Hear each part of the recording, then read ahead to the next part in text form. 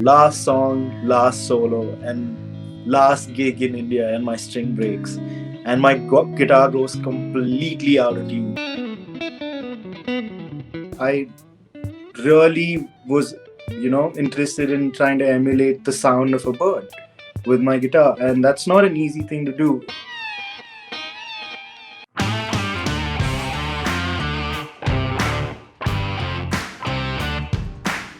Hi, so I'm Sidhant Jain. I've been a professional guitar player for about 14 years, and currently I'm based in Los Angeles, California, and playing with different bands, mainly two of my original bands, Lace and Su Sid.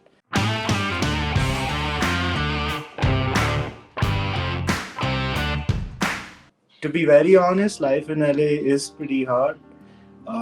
It's not easy trying to be a musician in a city of that's full of musicians, but I've been fortunate enough to get a very good opportunity and start doing things at the one of the best colleges there, in a musicians institute, and I'm a teaching assistant there. I finished my bachelor's there as well.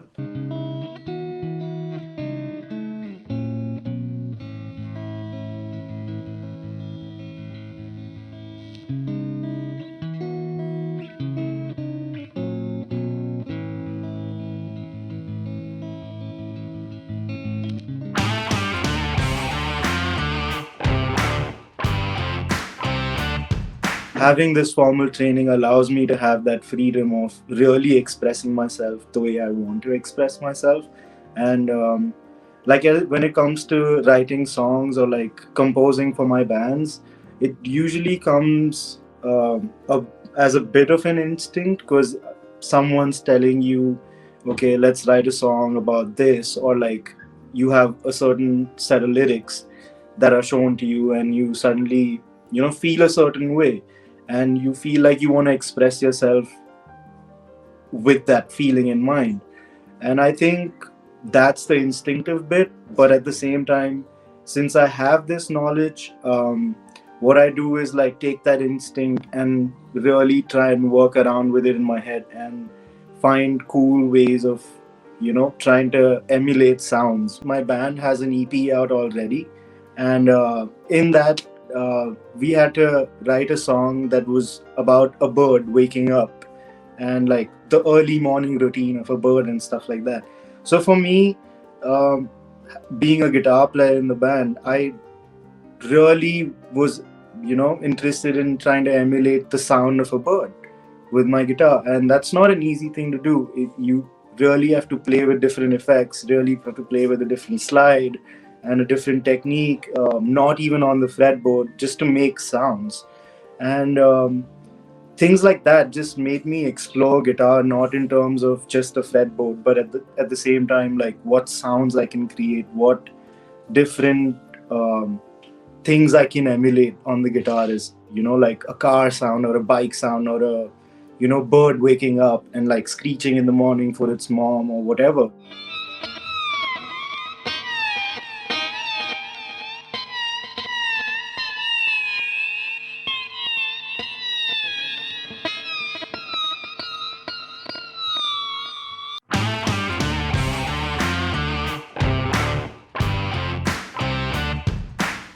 So I was leaving for LA. I used to live in Bangalore before that, and that was my last gig in India. It was in Blue Frog, Bangalore, and I'm playing with my band. We've gone through the whole show, and we're playing the last song. And that song, Sway, um, basically I end the song with like a huge solo, and like it's just like a crowd thing where I like try and get the crowd to like maybe pick a note or something, and I'll just involve that in my solo or something like that. And I'm like in the middle of my last solo of the last song, and I'm just bending a string, new set of strings. I put them on right before the concert, or like 2 hours before the concert, thinking I'm just gonna be good for the entire thing. And last song, last solo, and last gig in India, and my string breaks, and my guitar goes completely out of tune. Just unplayable. And yeah, that was very, very embarrassing. Luckily, I had another guitar player guesting in one of the earlier songs. So he ran up on stage and gave me his guitar, and I like finished a solo or whatever. But definitely one of my most embarrassing moments was that.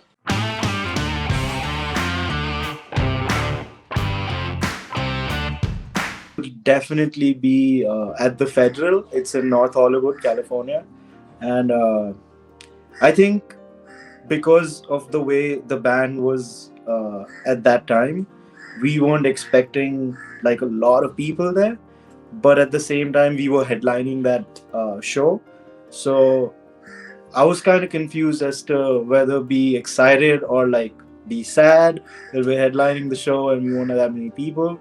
But then we got to the show, and it was full. It was just packed with people. And as a musician, it's always a dream that when you play your original songs, someone or the other is like singing your song back. And there's this particular song with Lace called Remember. And we have a section in that song that it's like a crowd encore, and if the crowd actually participates, it's just amazing to hear them in the song as well. So we obviously try to get the crowd involved, and to our surprise, there was like every single person there, over 100 people were singing our song.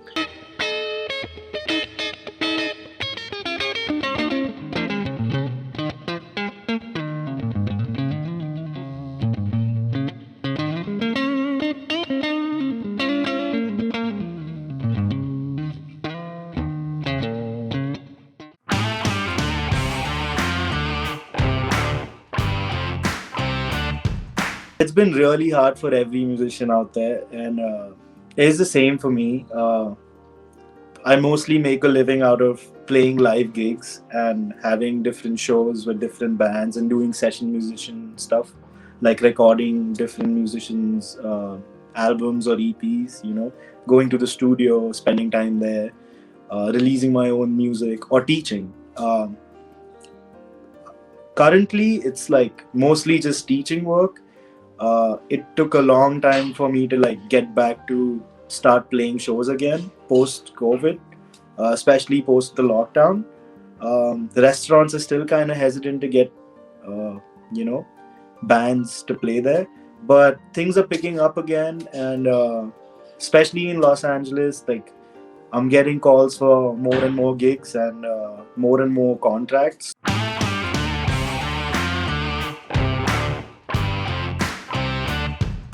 Like music as a career in India is new, and this has been going on in the States for like how many years. So like there's that difference where people wouldn't mind spending a certain amount of money to get you know entertainment in music in the US, whereas here, like regardless of where you're performing, there's always going to be that one conversation with your manager or with the guy who's hiring you that, okay, so why do you need to get paid? Or like, I can only afford this much. Like someone could be spending like lakhs and lakhs on an event, and yet he's hesitant to like pay the artist a decent amount of money.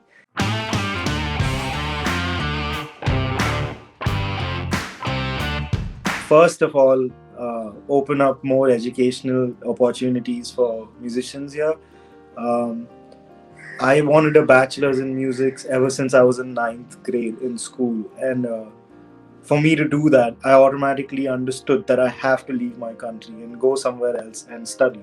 Because formal education, as much as education is taken seriously here, music is taken sort of as like a part time or like a hobby. I would probably open up some bachelors in music or at least in music business so that people are more informed as what they want to do, how they can, be careful and not be taken advantage of by like big media companies and all sorts of agents out there that just it's always hard for a musician to judge the professional documentation side of things.